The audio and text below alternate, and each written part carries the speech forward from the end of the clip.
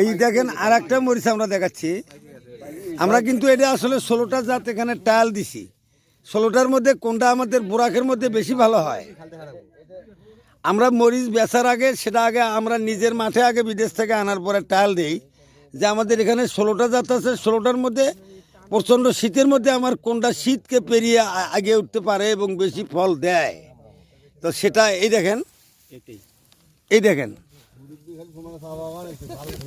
এই দেখেন ভাই গাছের আসলে কি কই, দেখেন দেখেন দেখার কোনো বুদ্ধি নেই। সাপটে ধরলে তো আসলে কেমন করে ধরবো দেখেন। এই যে ভাই কেমন ধরছে মরিচ? সুন্দর ধরছে। হ্যাঁ সুন্দর ধরছে। কি মনে হয় আপনি করবেন?